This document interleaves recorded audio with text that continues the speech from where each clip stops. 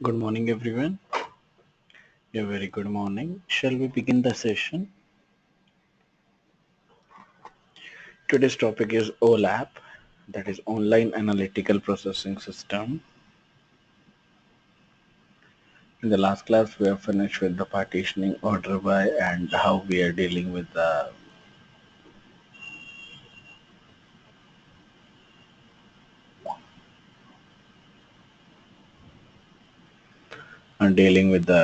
reasonable point that will request new summaries and get response online within a second and should not be forced to waste a long time.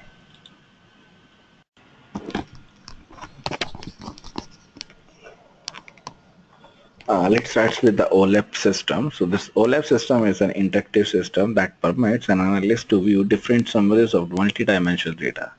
And the word online indicates that an analyst must be able to request new data, new summaries, and also gets the responses online within a few seconds. That means everything is online, every control is in a centralized way and should not be forced to wait for a long time to see the result of a query. And there are many OLAP products available that includes some that ships with the database products such as the SQL Server, Oracle, and other standalone tools. And the initial versions of any OLAP tools assume that the data is a memory resident, and data analysis on the small amount of data are in fact be performed using spreadsheet problems using spreadsheet applications such as Excel. However, when we are using the OLAP on a very large amount of data that requires how the data will be resident in the database, how it requires a support from the database for the efficient pre-processing, processing of the data, as well as for the online query processing. So first part is, and this OLAP will be very effective in case of the in requirement of the support from the very efficient or for efficient pre-processing of the data. So first is the online analytical processing that is performed with the online analytical data that is substituted. So let's take an example. Let's consider an application where a shop wants to find out what kind of clothes are popular. Let us suppose that these clothes are characterized by their item names. These are the various attributes, that is item name, color, size, that we have a relation sales with this schema. So there is a schema, there is a relation, there is a table that is known as the sales. Then there are the four types or four attributes. One is item name, one is the color, one is the clothes size, one is the quantity. Then this is a table or this is a relation: item number, color, cloth size, quantity. There's a skirt, dark, small 2, then medium 5, then large 1. So this cloth size, quantity, item number will be replaced, will be used as a quantity size. And suppose that item name can take on the value, that is a skirt, dress, shirt, pant, with a color that takes on the value, that may be a dark, that may be pastel, that may be a white. Then cloth size that takes on the value small, medium, large. So value means skirt, dress, shirt, pant, what type of the value you are using for the, yes, what type of value you are using. That there are four attributes for this one, four values. In the same way, the color, there are three values: dark, pastel, and the white. Then cloth size that takes the three values small, medium, large. And quantity is an integer value representing the total number of the items of a given name, item name, color, and the cloth size. Then the instance of the sales figure or the relation is also available, which also requires grouping on the multiple attributes. And given a relation that is used for the data analysis, we can identify some of its attribute as a measure attribute. And since they measure some values, they can be aggregated upon, they can be used upon with the attribute quantity, with the values of the sales relation, that is a measure attribute. And since it's measures the number of the units sold, and some or all of the other attributes of the relation are identified as the dimension attributes, since they define the dimensions on which the measures attributes and summaries of the measure attributes are viewed. In the sales relation, item name, color, cloth size are dimension attributes. That is also used with the realistic version of the sales relation that would have additional dimensions such as the time, sales location, additional measures such as the monetary value of the sale, in which these are modeled as a dimension attribute, and these measure attributes are also known as a multidimensional data. So to analyze this multidimensional data, a manager wants to see the result, and these requires the total quantities for different combination of the item name and the color that is specified to the all. That means cloth size may be the in every size. That may be a small, that may be a medium, that may be a large. So it will display our summary across all the values of the closed size. This table shows an example of the cross tabulation of the cross tab for short, also referred as a pivot table. And in general, cross tab is a table that is derived from a relation from a table say R, where values for one attribute of the relation R, say forms a row header, and the values for the another row of the relation R, say B, from the column header. So this attribute, this figure, the attribute item name corresponds to the A with values dark, pastel white, and the attribute color that correspond to the B with attribute skirt, dress, shirt, and the pant. And each cell is a pivot table that can be identified with AI, BJ, where AI is a value for A and BJ is a value for B. And whatever the value of the various cells in the pivot table that are derived from the relation R, that is as follows. And if there is at most one tuple in a row with any AIBJ value that can be derived with the cell derivation, that can be derived with the cell variable, that is derived with a single tuple, if any. For instance, it could be a value of thus one or more other attributes of the tuple also. There can be a multiple values, that can be a multiple data with an AIBI.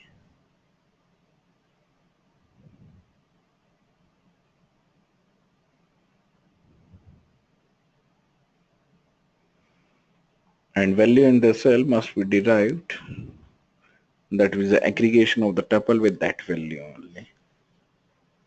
As per the example, given example, the aggregation used is the sum of the values for the attribute quantity across each and every value, roll the values for the closed size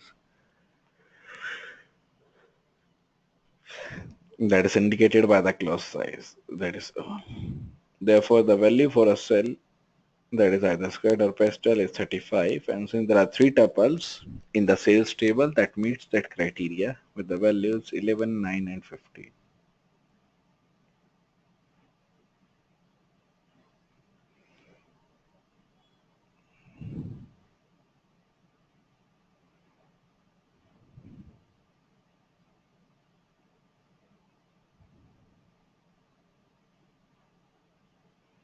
So in our example, the gross tab has also some extra column and the extra row storing the total number of the cells in the row and the column.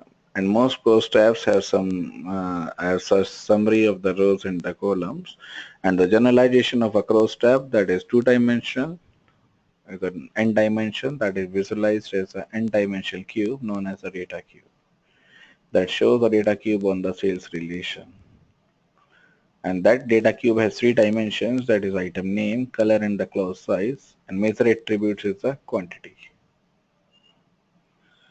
Each color is identified by the values for these three dimensions, and each cell in the data cube contains a value just as a cross tab. With the value they are visible, and all the cells that contains value even if they are not visible. And the value for a dimension may be all, in which case the cell contains a summary over all the values of that dimension, as in the case of the cross tab.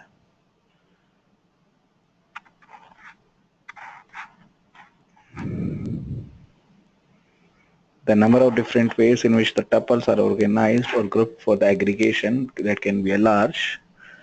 And there are three colors, 4 item and 3 sizes, resulting in a cube size of 343, whose size is 80. Now next major point is that OLAP system also allows an analyst to see a cross tab on the item name and a color for a fixed value of the close size. For example, when we say about the large, instead of the sum across all the sizes, such an operation is referred as the slicing. Slicing means the different parts of the same group data cube. And the operation is sometimes known as a dicing, particularly when the values for the multiple dimensions are fixed. And whenever a cross tab is used to view a multidimensional cube, the values of the dimension attribute that are not a part of the cross tab are shown with the cross tab. That is shown with the attribute that can be all, that indicates The data in the data cube, data in the cross tab are a summary over all the values for the attribute. And slicing, dicing means or simply consists of selecting specific values of these attributes, values for these attributes, and then displayed on the cross of the top of the cross tab. And OLAP system also permits the user to view the data at any desired level of the granularity. That may be at the cross tab, that may be at the roll up, that may be at the drill down. And the different levels of the detail for an attribute that can be organized in a hierarchy. That means step-by-step sequence. An analyst may be interested in viewing the cells of the clause that may be divided into the men's sphere, women's sphere. That is a division of the clause. And after viewing the aggregate at the level of the women's sphere, men's sphere, analysts may drill down the hierarchy to look at the desired or individual values. And the analyst looking at the detail level may drill the hierarchy and looking at the cursor or cursor level of the aggregates. And both these levels can be displayed on the same cross tab. There is a year, quarter, month, days of the week, hours of day, date, time, the region, country, state, city.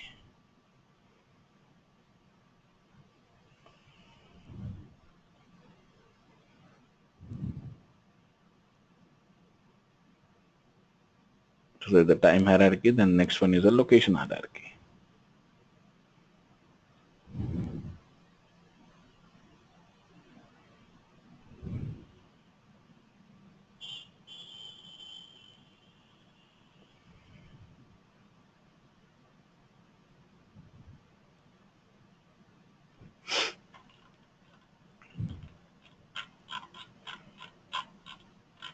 Next is OLAP implementation, how it is implemented. So earliest OLAP systems use the multi-dimensional array that uses to store the data cubes, that is known as the M or MOLAP, that is a multi-dimensional OLAP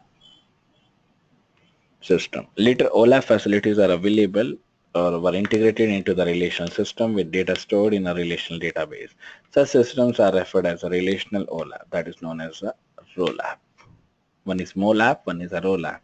MOLAP means multidimensional, that is array. A ROLAP means relational OLAP.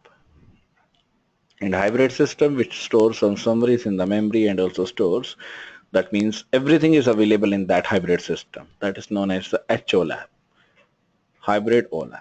And many OLAP systems are implemented as a client-server approach or system in which the servers retain the data in which server contains the relational database as well as many MOLAP system data cubes. And the client system may also obtain the views of the data by communicating with the servers.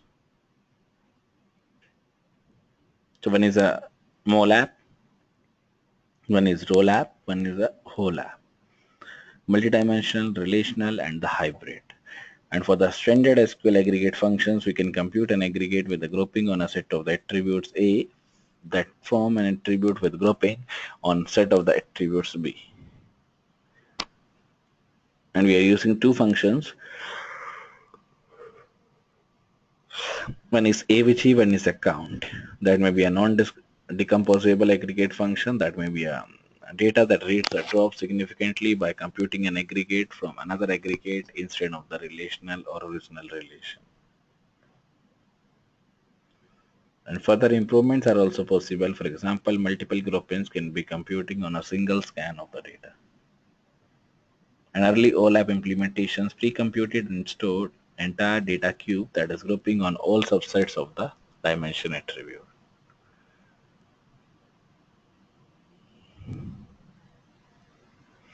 And instead of pre-computing and storing each and every possible grouping, it makes sense to pre-compute and take some of the grouping and compute other on the demand.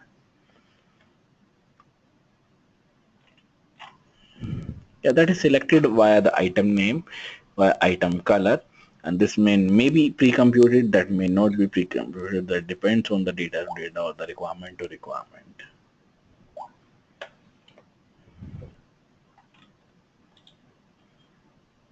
Now next part is how to use the OLAP in the SQL, that is OLAP in SQL.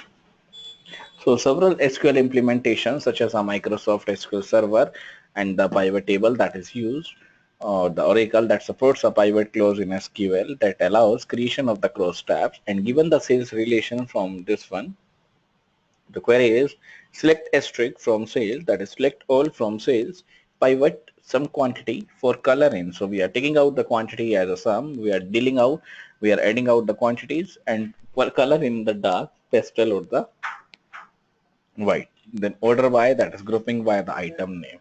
That provides the clause tab that provides the call, that provides the for clause within the pivot clause that specified what values from the attribute color should appear as attribute name in the pivot result. And in case more than one tuple attribute or more than one tuple contributes value to a given cell, then the aggregate functions or the aggregate operation within the pivot clause specifies how the values should be combined, how the values would be taken out with the quantity value that are summed up.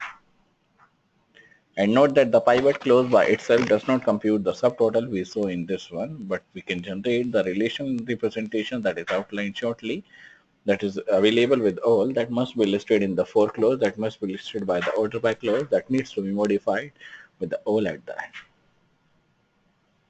So there is an item name, then clause size,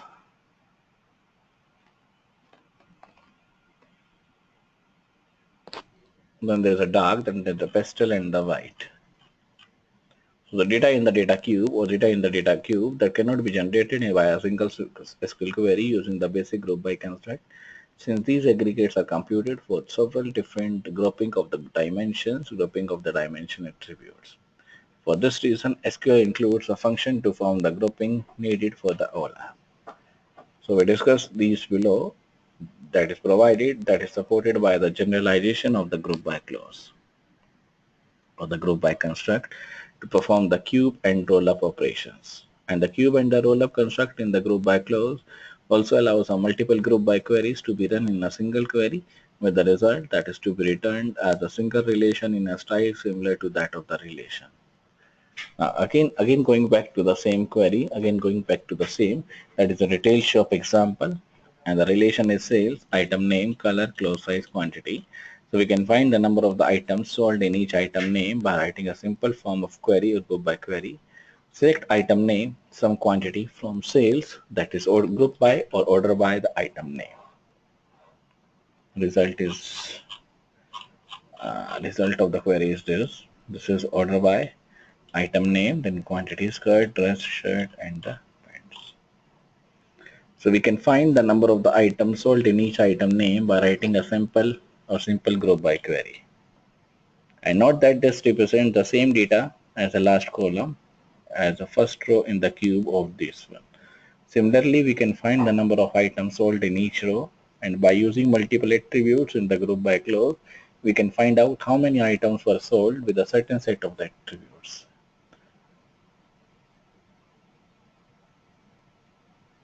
And for example, when we say that we can find the breakdown of the sales by the item name or by the color by writing select item name, color, some quantity from sales, that is grouped by item name and the color.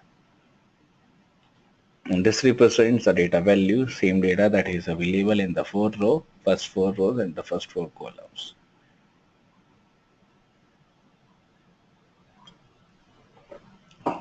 And if however we want to regenerate the entire data cube using this approach, we would have to write a separate query for each of the following set of the attributes. With the item name, color, clause size, item name, color, clause size, item name, color, clause size, which denotes an empty group by list. And this also allows to accomplish this in one query.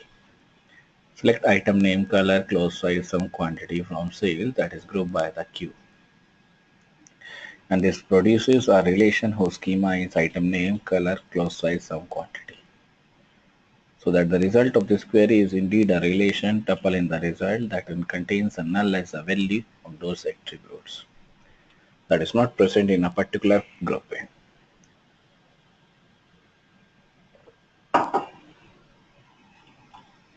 Select item name, color, some quantity from sales, that is grouped by Q.